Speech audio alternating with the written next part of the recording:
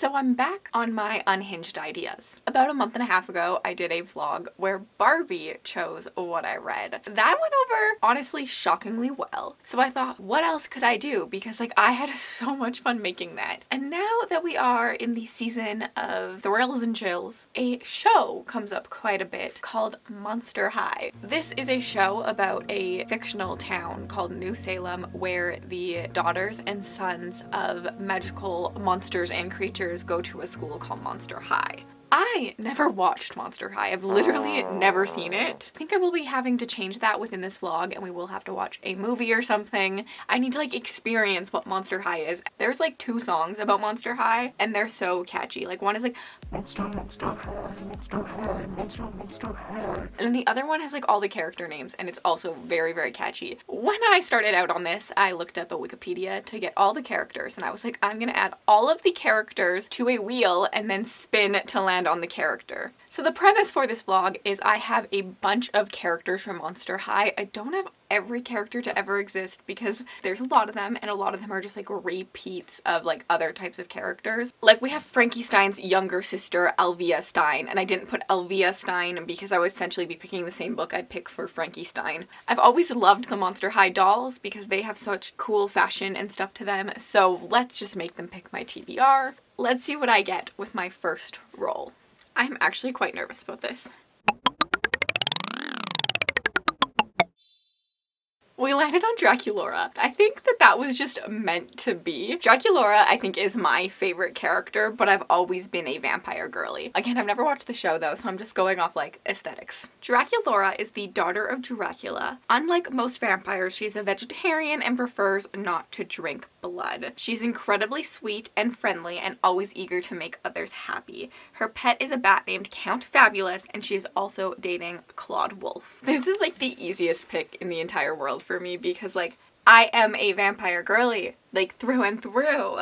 So I'm really excited that this first book of the vlog can be about vampires. I already know what I'll be picking. I am going to be picking House of Hunger by Alexis Henderson. This has been on my TBR for a really, really long time. I feel like it is about a young girl. Draculaura is obviously a young girl, so I think that these match very well. Also vampires. I don't know anything about this, to be honest, other than that it comes with a really incredible recommendation from Kaylee from Kaylee's Books, and I've been wanting to read it. I will tell you more about this book once I've started it. I'm very, very happy with our first spin of Draculaura. I'm doing my makeup. I have started House of Hungers. I'm unsure how I feel about this book currently. At this moment in time, I'm feeling it's a little repetitive. It's kind of boring. Nothing's really happening.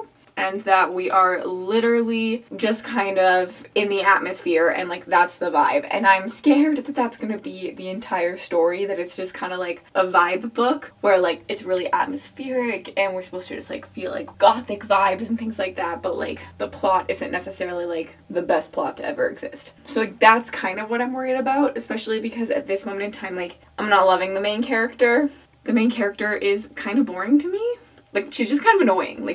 There's nothing to her besides the fact that she's she exists. And when she does exist, she makes stupid decisions. I don't really understand why she's making these decisions because they're just so stupid. And I don't understand her at all. I feel I needed more time to see her personality. I feel the beginning of the story should have been longer in my opinion. That setup of her running away from her life and stuff. I wish I had seen her really suffer in that part in order to then feel man, yes, this is a better situation for you. And cheering her on to just have it all crumble and fall apart. I'm just overall kind of scared that this is not going to be a story for me and that I'm going to be really letting Kaylee down, which would probably really suck.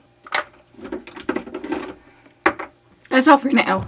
Hi friends, I have about an hour left in House of Hunger, so I figured I should update you. I have been liking the latter half more than the starting half. I'm still not absolutely loving it. I just kind of wanted it to be a little bit more spooky and more tense, and I'm really just finding our main character a little bland. However, this book is so easy to read and inherently bingeable. I don't want to stop reading it. I do want to continue reading it at all times. I don't know what that says about my enjoyment of the story. If you don't know what House of Hunger is about, episode, we're following our main character who is in poverty, and so then she decides to like sell herself or like become a blood maid. And what a blood maid is essentially a walking, talking IV bag for vampires. She ends up at the House of Hunger, which is renowned for its like love of the blood maids and the great packages and pension plans and stuff that it gives blood maids. Things aren't all that it seems at the House of Hunger. I have been enjoying overall the discussion on obsession. I think obsession and the extent of obsession is done really, really well. What obsession can make you do, how it makes you feel, like the compulsiveness. I also kind of like the idea that this book is so compulsively readable, but we're also reading about compulsion, and I just like, I don't know. I think that's kind of fun to play with. Also love just like the ideas of the rich preying on the weak and things like that, and the discussion around that. I think that there are some really good discussions happening in this story. I think, again, adds to the fact that I don't want to put it down, but like the actual plot, the actual characters fall flat for me, but I like the themes and discussions happening. Anyways, I'll check in with you at the end. I don't think I'll have much more to say besides like a star rating. I was going to watch Monster High tonight, but I'm kind of tired, so I'm going to snuggle in and watch Dancing with the Stars. I am watching it for the first time this year, but I know a lot of the people on it. I am a big Vanderpump fan, so I'm watching Ariana. And then I'm hoping that tomorrow during the day, maybe instead of listening to an audiobook at some point, I will watch the movie while I'm editing photos and call it a day there, and then we can spin for our next Monster High book. Day of school at Monster High.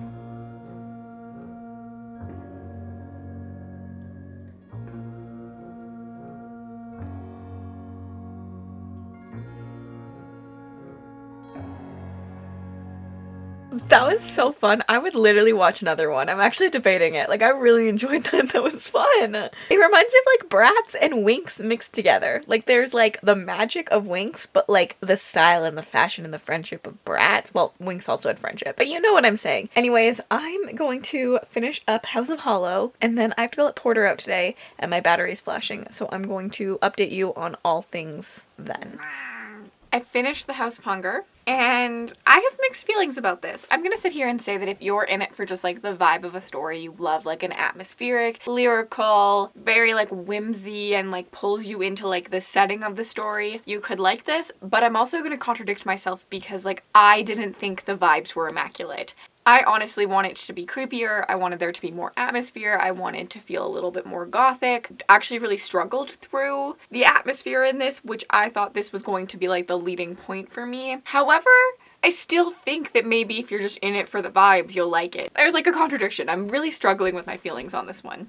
I'm gonna give it a low 3-star. I thought it was fine. Like, honestly, I just thought this was a fine story. There's nothing that really stands out for me, and there's nothing that, like, I really, really hate. I think that the character work could have been better. I struggled a little bit with, like, our motivations and our love. There's, like, this instant love and obsession, which, because I know vampire lore outside of this story, I think that I could, like, easily connect A to B through vampire lore. However, it wasn't explained in this, and so it makes me think that it was just insta-love and not like the taking of the blood and a connection that happens between the victim and the victee. What is that called? I just kind of wish all of that was more explained. The word vampire actually never comes to play in this story, and I wish it had. I really wanted a little bit more like vampire lore. This was just an average book. Like, I have nothing else to say. I felt like it was just fine for me, and I just wanted it to be spookier. I wanted to like feel stressed. I wanted to feel like the gothic vibes of like a house. I don't know. It's just like, it missed the mark for me, sadly.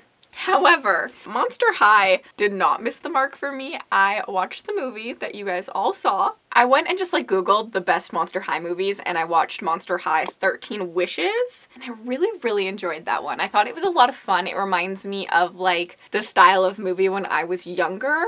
I thought there was some really good messages in it that kids would really love, but I also found myself laughing at bits. I thought the humor was fun. Like, as an adult, I enjoyed my time watching it and would also understand why, like, a kid would enjoy their time. And you know what? I might watch another. It also had me thinking about characters and which ones I liked and which ones I didn't. And I actually was not a fan of Claudine Wolfe, which I think that she's a fan favorite, but I loved her little sister, Howleen Wolfe. Maybe it is because this movie like centered around Howleen, so like I saw a lot of her, but I thought that she was like a really like interesting character. So maybe I can't make up my decision yet because like I don't know enough about all these characters because there's so many in this, and each movie focuses on like different people and things like that. I also liked that they had accents from like across the globe. So I thought that was really cool. I actually really enjoyed my time watching it, but it is time to do another spin because we have to pick a new book to read.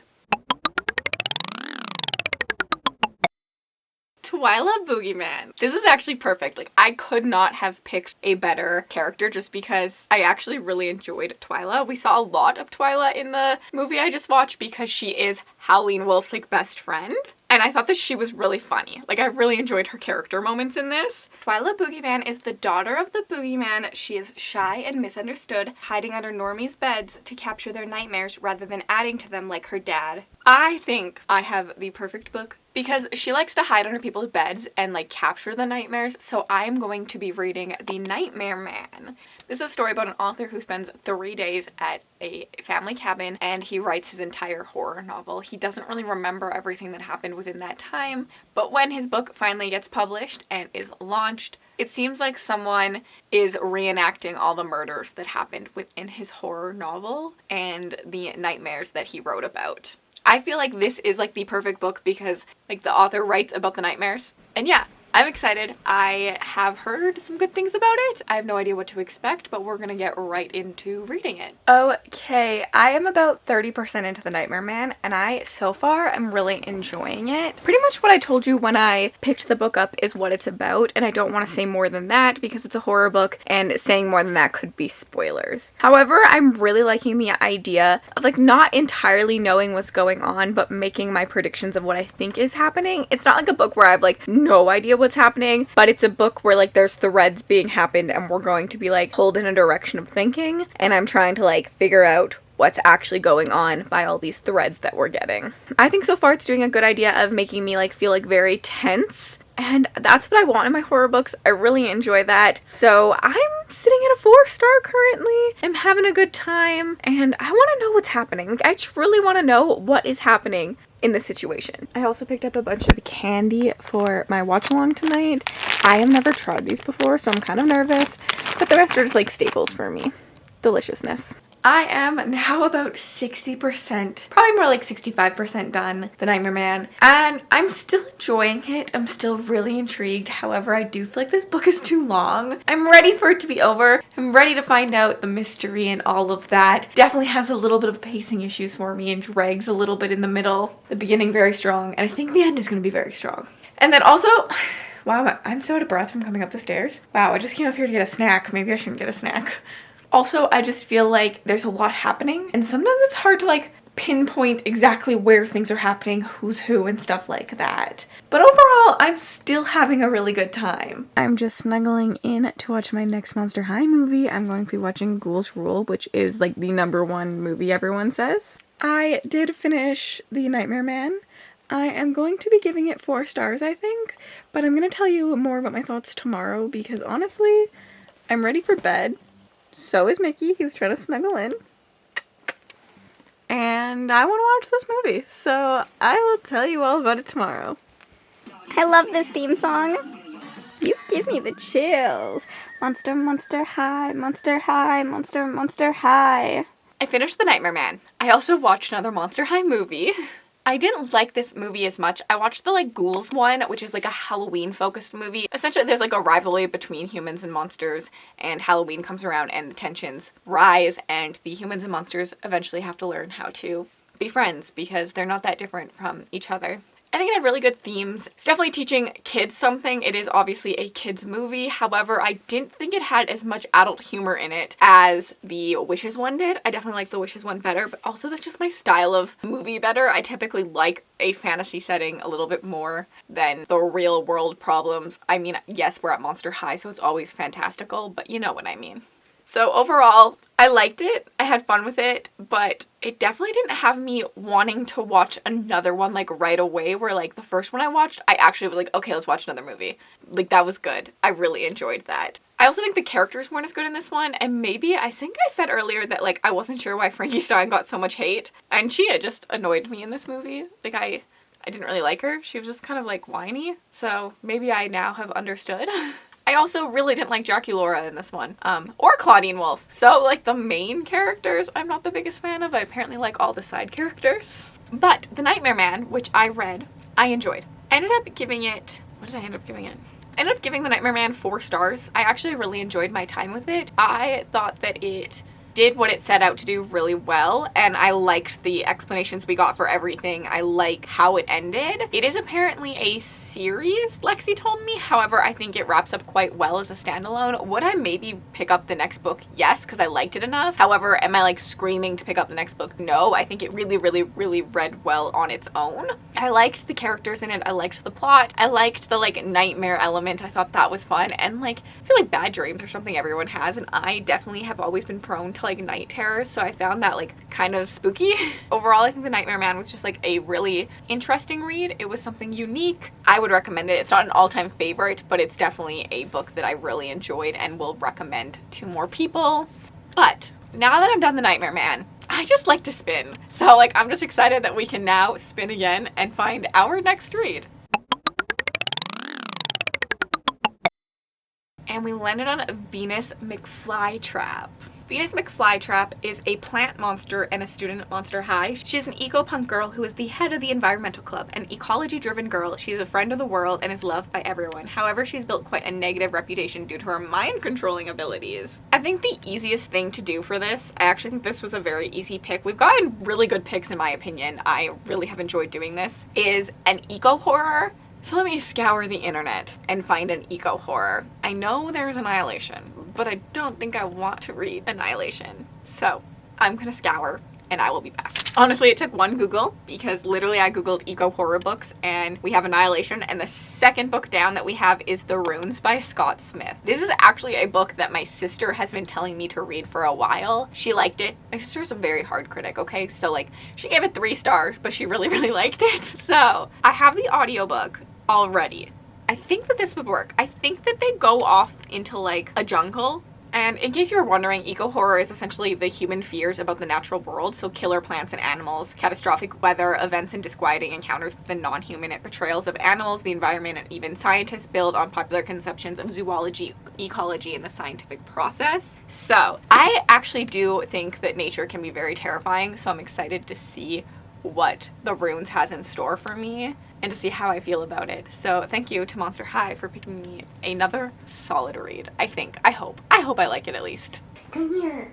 Oh, look at your little chubby kitty. You're so cute, Randall. My sister is currently moving, so ignore all the boxes. Randall, I am currently really struggling with The Runes. I can't lie. It's probably been 4 days since we've spun, and I've tried to pick it up every day. I'm only on like chapter 3. There's something about this writing style that just does not work for me. It is so dry in my opinion. I don't know if dry is the right word, but it's like I can't connect to the story. I can't like engage in the story. So every time I pick it up, I end up just putting it down. It's weird because like what's happening is kind of interesting. Like we just went through a town and there was people that just like didn't say a word, and like that was really creepy.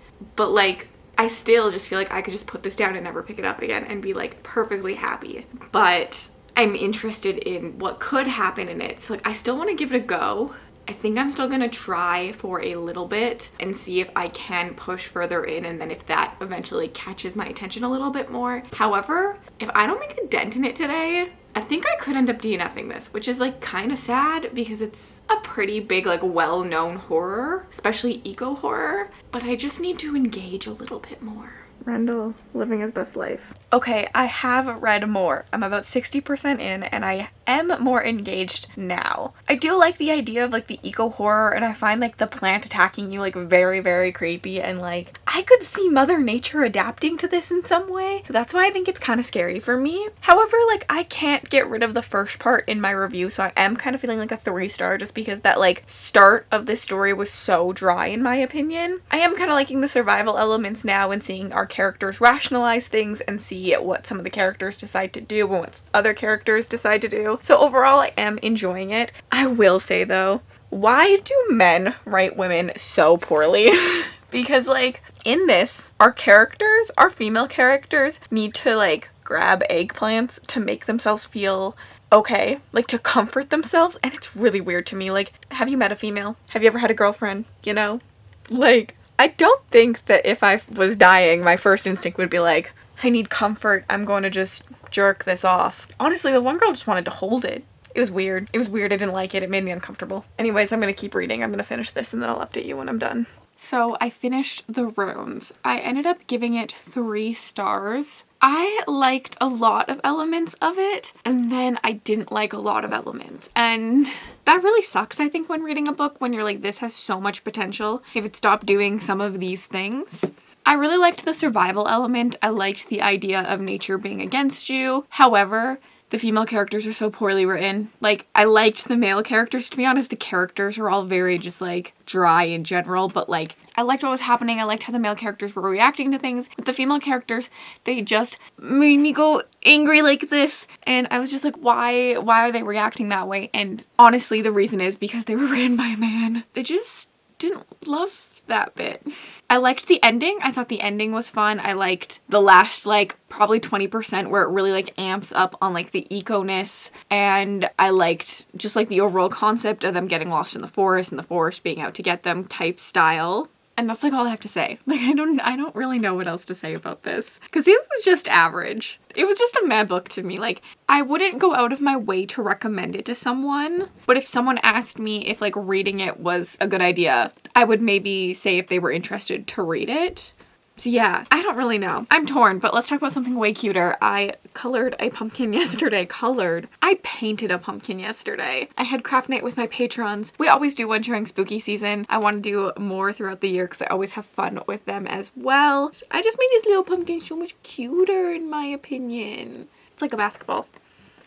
So yeah. There's my cute little pumpkin. We do these fun things on my Patreon. Anyways, do I have anything else to say? No. I read 3 books, all because of Monster High. I honestly think I got the point down pretty appropriately while I did this the entire time. Like, I feel like each book really fit their Monster High character. I loved doing this. I had so much fun. Let me know down below if you have a favorite Monster High character. I think that mine is Twyla Boogeyman. So like, let me know. If you've never watched Monster High, you could also let me know if you plan on it, because it's a lot of fun actually. I really enjoyed it. I can't lie. Would highly recommend. Then if you made it all the way to the end of this video and you'd like to leave me an emoji just to say you were here, leave me a little pumpkin emoji. And if you'd like to connect with me on other platforms, my Bookstagram, my Book Twitter, my Goodreads, and my Patreon are all linked in the description bar below. Have yourselves an absolutely remarkable day. Oh, also you could let me know what you would like to see next in this like series of letting things choose my TBR.